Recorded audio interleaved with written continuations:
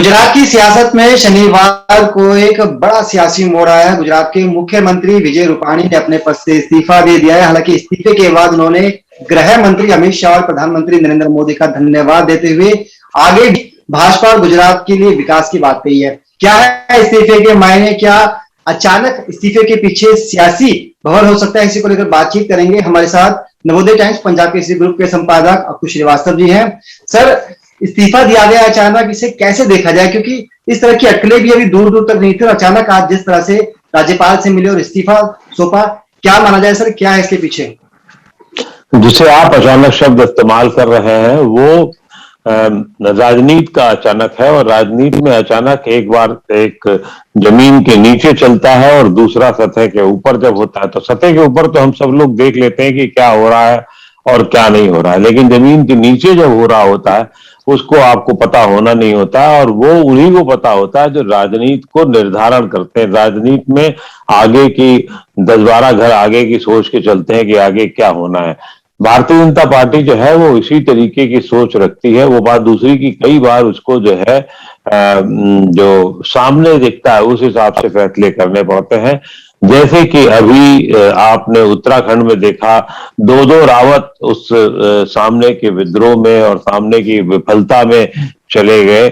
और उसके बाद बहुत दिनों तक कर्नाटक में आपने देखा कि कर्नाटक में जिस तरीके से येदियुरप्पा को जाना पड़ा, और उनको जाना बहुत समय से तय था लेकिन वो खींचते चले जा रहे थे, और फिर फाइनली एक येदियुरप्पा का जाना हुआ।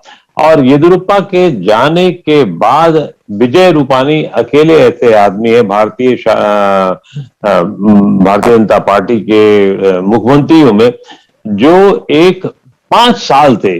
कोई भी एक आदमी 5 साल से एक स्टॉप गैप अरेंजमेंट के तौर पर काम कर सकता है, ये अपने आप में बहुत बड़ा मामला था।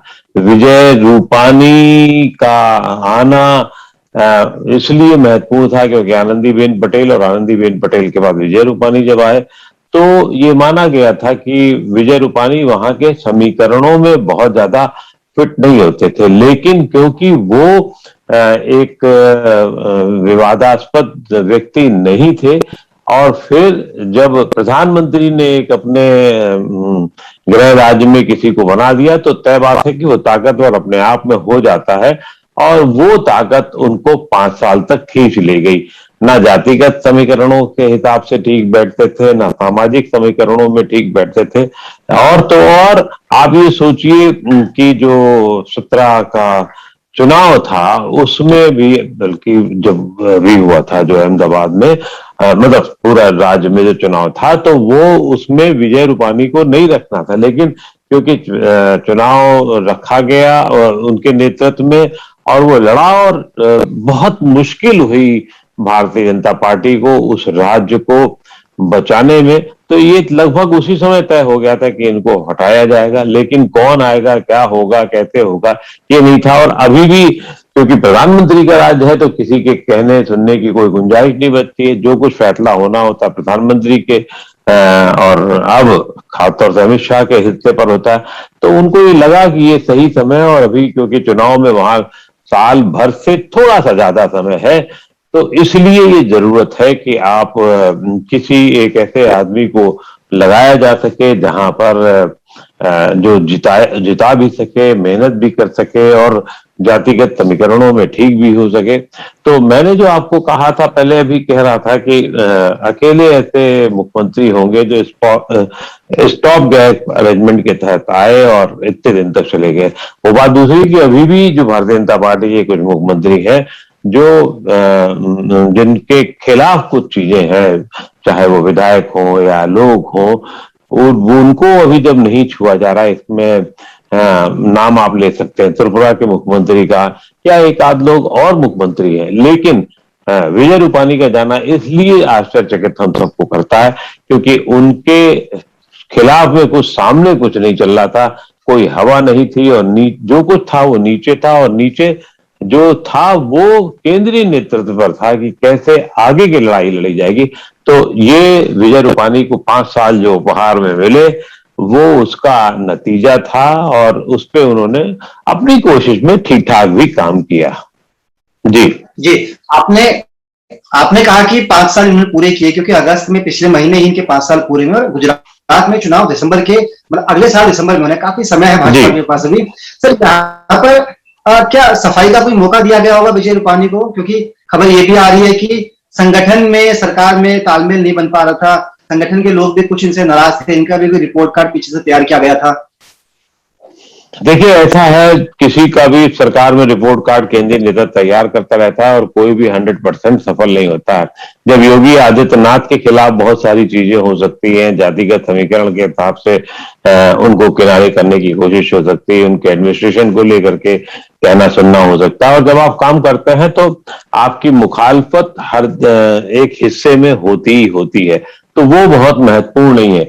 महत्वपूर्ण ये होता है कि आप किस तरीके से काम, 5 साल अगर विजय रूपानी ने निकाले हैं वहां पर, तो वो अपनी भलवंसाहट में निकाले हैं, अपने बहुत सीधे सीधे व्यवहार की वजह निकाले हैं, जबकि गुजरात राज्य अब ऐसा नहीं हो है कि जो बहुत शांति प्रिय तरीके से राजनीति में निकाले जा सके, क्योंकि वहां प्रधानमंत्री का राज था। प्रधानमंत्री, लोग ये समझते थे गुजरात में जो कुछ भी अच्छा बुरा हो रहा है वो उसमें प्रधानमंत्री का बहुत बड़ा योगदान मानते रहे, हो या नहीं हो। तय बात है कि बहुत मुश्किल होगा कि प्रधानमंत्री गुजरात भी की भी एक एक घटनाओं को समझ लें, देख लें, लोगों से मिल सके। प्रधानमंत्री होने के बाद ये सब बिल्कुल ही संभव नहीं होता है, लेकिन लोग तो उनसे ही अपेक्षा रखते हैं, तो इसलिए उन्हें चुनाव के लिए एक ऐसा आदमी अब चाहिए ही चाहिए जो बहुत एग्रेसिवली काम कर सके, एग्रेसिवली दिखा सके और एग्रेसिवली पार्टी को आगे ले जा सके। खास तौर से आक्रामक रूप से इसलिए मैं इस्तेमाल कर रहा हूं, आगे ले जा सके, क्योंकि अब गुजरात की राजनीति बहुत सहज नहीं रह गई है। इसमें आम आदमी पार्टी का भी योगदान है, इसमें कांग्रेस का भी योगदान है। कांग्रेस भले ही एक इस स्थिति में हो, वहां के बहुत कुछ कर नहीं पा रही हो। हार्दिक पटेल को लाया इसीलिए गया था कि कुछ बड़े स्तर पे काम कर पाएंगे, युवा नेता हैं, पाटीदार नेता हैं, पटेलों के नेता हैं, लेकिन ऐसा हुआ नहीं। हुआ इसलिए नहीं क्योंकि उनकी मुखालफत में कई और लोग लग गए थे, और उन्होंने खुद ही कहा था भी हाल के चुनावों में, जो पंचायत चुनाव हुए थे, कि मुझको काम करने का पूरा मौका नहीं दिया जा रहा है। तो इसलिए उनकी मुखालफत में लोग लगे हुए थे, इसलिए उनको काम करने का बहुत। और केंद्रीय स्तर पे भी पार्टी में जिस तरीके का खेल चलता रहा है, जब तक अहमद पटेल थे तब तक वो पार्टी ठीक से, मतलब स्थानीय नेतृत्व, प्रदेश के नेतृत्व को चलने नहीं दे रहे थे, और बाद में और लोग पैदा हो गए वहां। दूसरी तरफ आम आदमी पार्टी थी। आम आदमी पार्टी ने जिस तरीके से सूरत में परफॉर्म किया था और बाद के पंचायत चुनाव में भी परफॉर्म किया, वो अपने आप में उल्लेखनीय था। तो निश्चित रूप से पार्टी को ये जरूरत थी कि कैसे भी हो वहां के स्थानीय जो नटबोर्ड है उनको ठीक किया जाए, और ये मुझे लगता है कि जो प्रक्रिया है वो स्थानीय नटबोर्ड को, प्रदेश स्तर के नटबोर्ड को ठीक करने के लिए ज्यादा है। क्या ये माना जाए कि अगर समय रहते विजय रूपाणी की विदाई नहीं की जाती तो भाजपा को गुजरात चुनाव में नुकसान होता? आपने कहा कि आम आदमी पार्टी वहां अच्छा परफॉर्म कर रही थी, हार्दिक पटेल का आपने जिक्र किया, कांग्रेस धीरे धीरे अपना जो वोट बैंक है उसको तैयार कर रही थी। क्या देर आए दुरुस्त आए वाली कहावत यहाँ पे मानी जाए?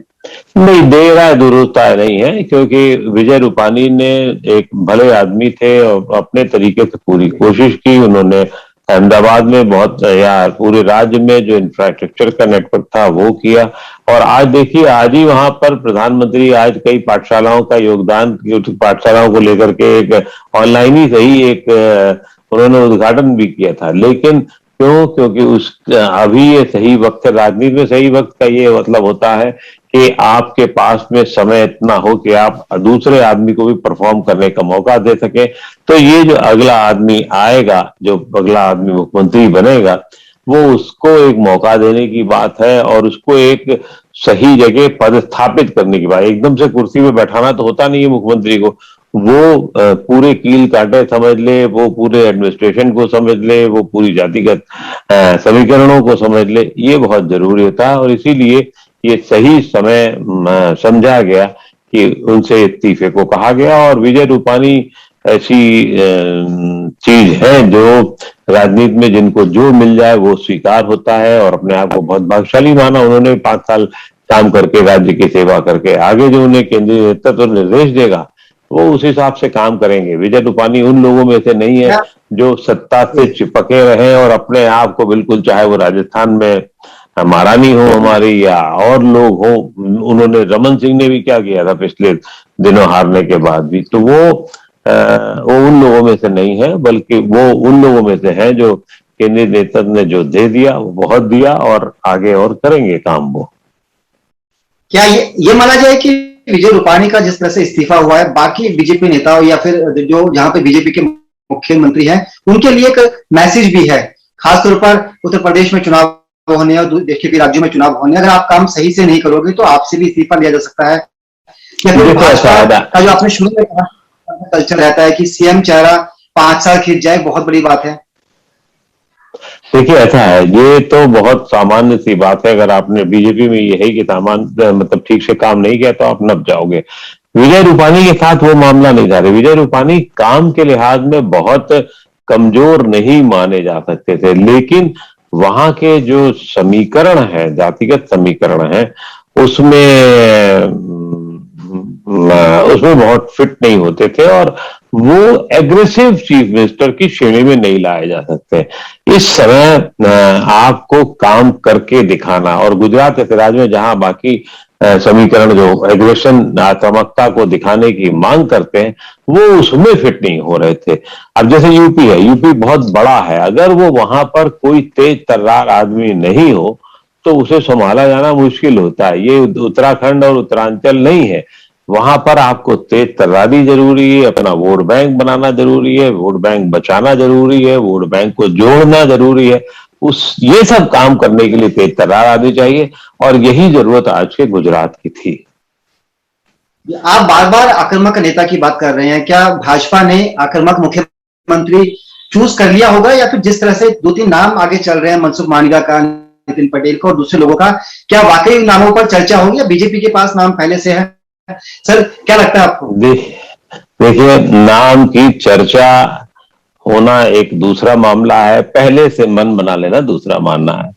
राजनीति में ज्यादातर ये वो बात दूसरी है कि एक तरीका होगा, एक बैठक होगी, संसदीय दल विधायक दल की बैठक होगी, केंद्र से नेता जाएंगे 2, और फिर उसके बाद वो विधायकों से बात करेंगे और उसके बाद में वो फैसला होगा। ये सामने आपको नजर आएगा। जब पटल के नीचे जो होता है वो दूसरा होता है, उसमें आमतौर पे, क्योंकि अब वहां जरूरत दूसरे तरीके की है, तो नेता का चयन भी मेरी निगाह में लगभग तय है। और जिन 2 नामों का आपने जिक्र किया है, उनमें से ही एक नाम के होने की संभावना है। तीसरा नाम गुजरात प्रदेश के अध्यक्ष का है, जो पाटिल साहब हैं, और लेकिन मुझे उनकी संभावना कम नजर आती है। मुझे इस समय केंद्र में पदस्थापित जो अपने मनसुख मांडविया साहब हैं, स्वास्थ्य मंत्री हैं, उनकी संभावना ज्यादा नजर आती है। क्यों? क्योंकि उन्होंने जिस तरीके से हाल में परफॉर्म किया है, और जैसे जो मतलब कोविड काल के पहले और कोविड काल में भी बतौर मंत्री उन्होंने जो व्यवस्थाएं की थी, जबकि वो स्वास्थ्य मंत्री नहीं थे, और फिर बाद में अभी स्वास्थ्य मंत्री होने के बाद में जिस तेजी से उन्होंने मंत्रालय संभाला, और फिर ये कभी बात नहीं सामने आई कि स्वास्थ्य मंत्री का काम सिर्फ जो है वो सिर्फ डाटा देना, डिटेल देना नहीं था। उसने व्यवस्थाओं को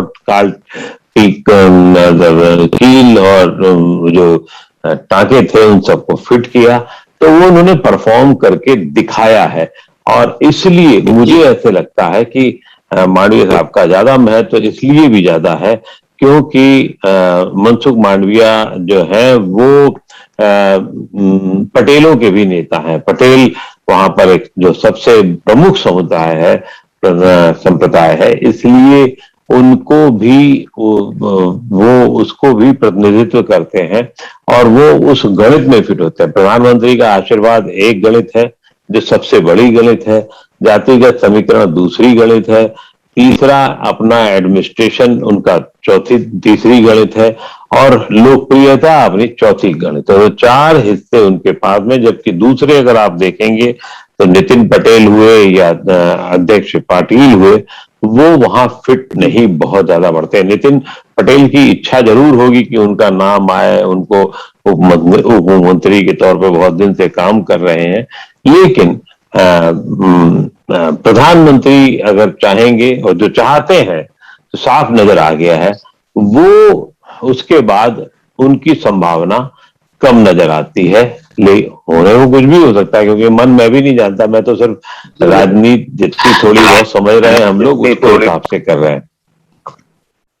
जी, आपने मनसुख मांडविया की बात की और आपने बिल्कुल समझाया कि संगठन में और सरकार में किस तरह से वो फिट बैठते हैं। लेकिन सर, गुजरात में म्युनिसिपल चुनाव में जिस तरह से आम आदमी पार्टी का प्रदर्शन रहा, आम आदमी पार्टी पूरे जोर शोर से गुनाह में प्रचार भी कर रही है, आपको लगता है कि विपक्ष पर भी उतने आक्रामक साबित होंगे? क्योंकि लगातार आम आदमी पार्टी ये कह रही है कि गुजरात के अंदर काम नहीं हुए, भले ही प्रधानमंत्री का गृह क्षेत्र हो, गृह मंत्री का गृह क्षेत्र हो, लेकिन उतने उतने फायदे गुजरात के लोगों को नहीं मिला। आपको लगता है आक्रामक चेहरा भी साबित होंगे मनसुख मांडविया अगर सीएम बनते हैं तो? नहीं, मनसुख मांडविया को मैंने 5 उनकी जो विशेषज्ञताएं हैं, गुण है, वो आपको गिना दिए। उन 4-5 गुणों में अगर कोई भी जाएगा तो वो जमीन पे रहने वाले नेता हैं।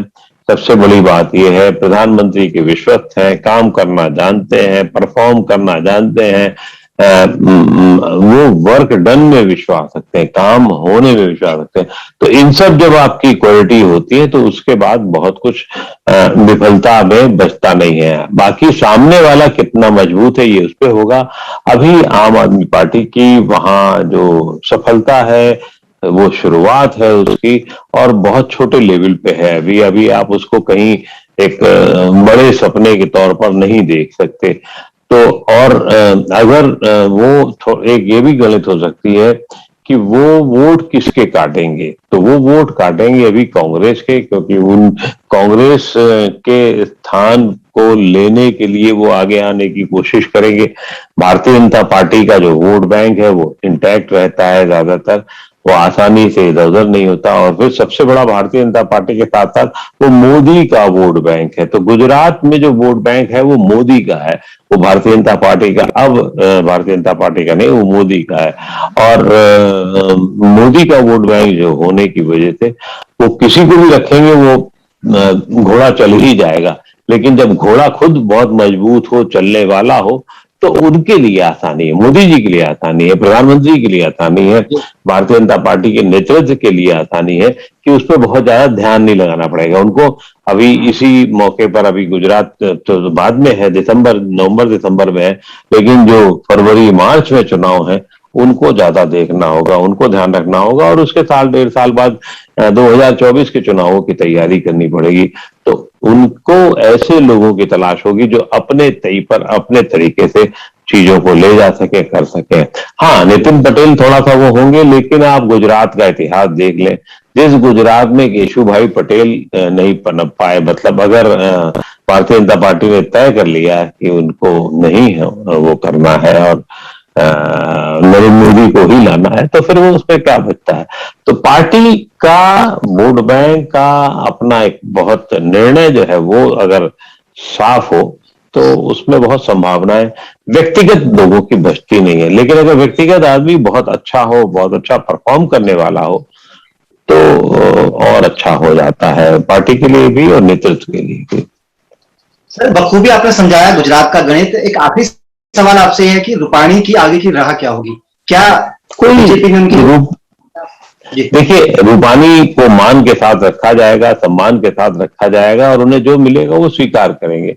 हो सकता है उन्हें केंद्र में मंत्रिपरिषद में, अगर मान लीजिए मनसुख मांडविया जाते हैं तो तय बात एक जगह खाली होगी, वहां पर वो चले जाएंगे। क्यों? क्योंकि फिर वो एक क्लैश नहीं रखना चाहेंगे।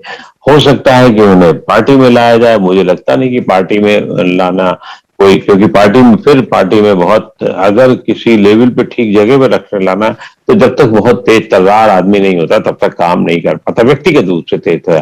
तो इसमें तो मैं 100% मानता हूं कि ये काम केंद्र में उनको लाया जाएगा और वो फिर प्रधानमंत्री के साथ रहते रहते बहुत कुछ सीखेंगे, करेंगे, करने की कोशिश करेंगे। और मुझे ऐसा लगता है, बाकी तो पार्टी नेतृत्व कहाँ किसको कैसे फिट करती है, कराती है, समझाती है, वो एक अलग सवाल है। चलिए सर, बहुत बहुत शुक्रिया, आपने बखूबी समझाया गुजरात का गणित और इस गणित में कैसे कौन से 64 फीट बैठते हैं। तमाम जानकारी के लिए बहुत बहुत शुक्रिया आपका। Thank you, thank you.